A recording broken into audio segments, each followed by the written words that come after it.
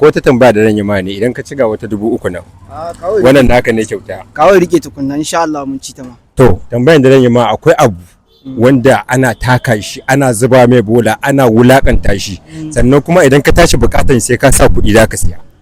Kutuma durun ba ana taka shi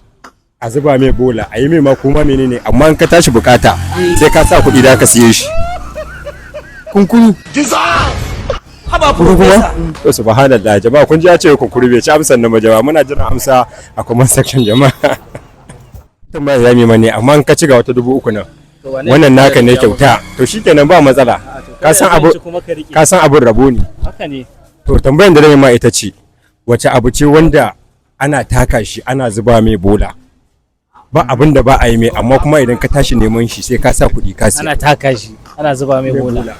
in ka tashi neman shi sai ka sa kuɗi ka siya dutse ne dutse bane to jama'a bai ba mu amsa daidai ba